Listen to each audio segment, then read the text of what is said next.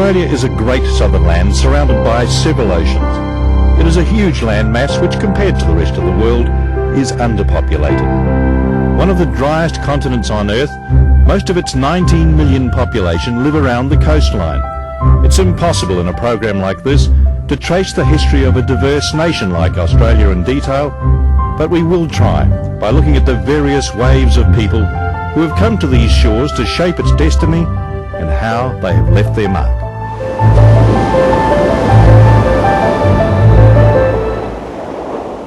The indigenous people in Australia are commonly called Aborigines. They never were one united tribe, but a collection of about 250 separate nations speaking different languages. Some scientists believe they migrated from the north over a former land bridge which linked Asia. But the Aboriginal Dreamtime tradition is that, like all life, they were created from the earth itself. This explains their common belief that the land is their spiritual mother and father. They all represented some of the oldest cultures on earth who had lived undisturbed from outside influences for 40,000 years or more. But that all changed with the arrival of the Europeans just over 200 years ago. Many were wiped out by disease and battles over land. Also, Europeans at the time regarded Aborigines as primitive and inferior, and there were serious attempts to crush indigenous culture by rounding them up, dressing them in European clothes, and forbidding them to speak their own language. Since then, more enlightened attitudes have caused today's Australians to understand Aborigines were treated unjustly. Most of the Aboriginal languages and almost all their traditional culture was lost, but as a race they survived, which they regard as a triumph. In the Northern Territory, the Bachelor Institute of Indigenous Studies helps a new Indigenous generation shape a confident future. To me, being Aboriginal is being special, and we've got such a unique culture and stuff like that up in the Kimberleys that we're so proud that we want to show people. Our parents are still alive and they tell us never to feel bitter about it, and we must always go on and try and build a better future for our kids. I hope that I'll qualify here one day to be an Aboriginal teacher. That's what I'm aiming for now. It's my goal. And just to look at the younger generation, like the kids in the future, set a role model for them, and encourage them to go in the right way instead of looking back. Make people proud of what they are. What they are, yeah. We're learning to be teachers, and when we become that, then we can just keep it strong from now on. So it's an exciting time then. Yeah, it is. It is real exciting, yeah. One aspect of Australia's Indigenous people's culture is their art. The unique style is becoming instantly recognisable as one of the images of Australia. And like all art, it's evolving, and also becoming desirable and highly valued by art collectors all over the world.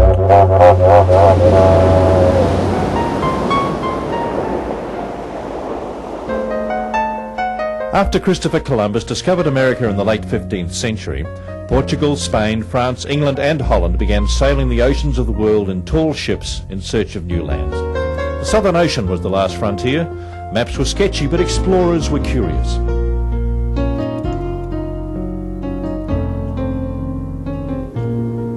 Richard Linton has devoted his life to meticulously researching and painting tall ships, which has earned him international recognition as a maritime expert.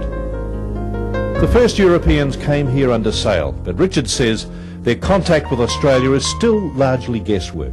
Most people kept quiet all their discoveries because they wanted the trade routes for themselves, so everything was rather dark, mysterious. The remains of the Dutch ship Batavia, on display in Fremantle in the Western Australia Maritime Museum, was wrecked in 1629 in the Abrolhos Islands. It's the oldest salvage sailing ship in Australia. The Dutch were one of the first to circumnavigate Australia, just touching on the fringe, not the east coast, and then they went across to New Zealand. And of course the Portuguese, they've left their mark. We think that they possibly were on the east coast as far back as 1522. Dutch explorer Abel Tasman circumnavigated and accurately mapped Australia and New Zealand in 1642. But Holland was more interested in its expansion throughout what is now Indonesia. rather than try to colonise what appeared to be an environmentally hostile land. More than a century after Tasman's voyage, England sent Captain James Cook south on a scientific expedition in command of the Endeavour. It was a remarkable odyssey which took years. Cook was probably the most famous and probably the best navigator, and he went down the Antarctic 3 times on that voyage. It's amazing the extremes of temperature and latitudes that he actually went through. Aware the French and Dutch were becoming interested in the new continent, Cook made history in 1770 when he raised a flag on a beach and claimed Australia as British territory. But when he departed, the land was unoccupied by Europeans. 18 years later, England remedied that by sending a fleet of ships full of convicts and prison guards to look after them and a handful of new settlers. On January the 26th, 1788, the first fleet landed in a harbour recommended by James Cook and went ashore. The date is commemorated every year as Australia Day, and the place was Sydney Harbour. The prisoners and settlers who followed set to work building the town of Sydney, and the waterfront area became a hive of trading activity as tall ships brought passengers and goods from all around the world to the bustling new port, centred around what was then called the Rocks. The name lives on, and the Rocks today is one of the most popular tourist attractions in Sydney, which over the 20th century became Australia's largest city. Certainly, a walk around the oldest part of Australia's first city gives a fascinating insight into days gone by.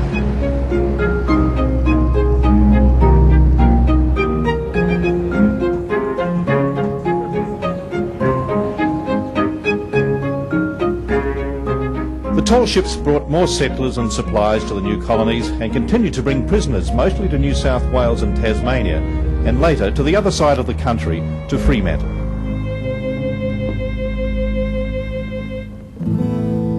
Here the prisoners were put to work building the roads and early buildings of Fremantle, many of which have survived.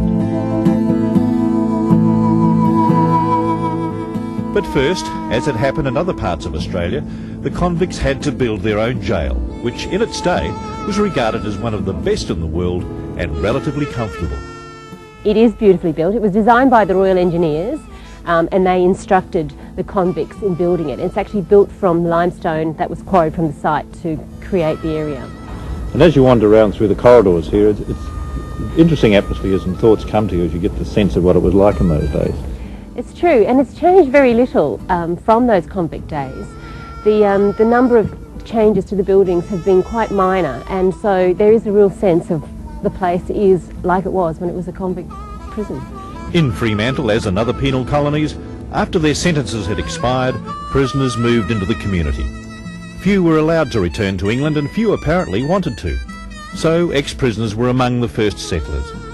But even though many were transported to Australia for trivial offences, most at that time wanted to forget their criminal history and make a new start. Nowadays, many Australians regard convict ancestry as something to be proud of. A lot of people are quite proud of their convict past in Sydney. They have a group, you know, the First Fleeters, descendants of the First Fleeters, and they are a fiercely proud group. For almost all of last century, sailing ships were the only way to reach Australia and travel round it, which at times was dangerous. The country's coastline is littered with hundreds of shipwrecks which claimed thousands of lives when weather turned bad or navigators made tragic mistakes. By the beginning of the 20th century, the days of sailing ships were nearly over. But in Australia, perhaps because they are a crucial part of its history, the love of tall ships has been rekindled.